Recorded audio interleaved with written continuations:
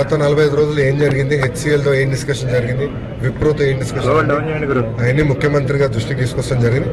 ఆయన కొంచెం సార్ కూడా కొంచెం డైరెక్షన్ ఇస్తాం జరిగింది. మా ఎక్స్పెక్టేషన్ దాదాపు ఒక 118 కంపెనీస్ మా ట్రాకర్లో ఉన్నాయి. ఇప్పటికీ దాదాపు 10,000 కోట్లు పెట్టుబడి 1,09,000 మందికి ఉద్యోగాలు వచ్చడానికి అవకాశం ఉంది. దాంట్లో భాగంగా ఇప్పటికీ ఒక 7,900 మందికి ఆల్రెడీ గ్రౌండ్ అయిపోయినాయి ప్రాజెక్ట్స్.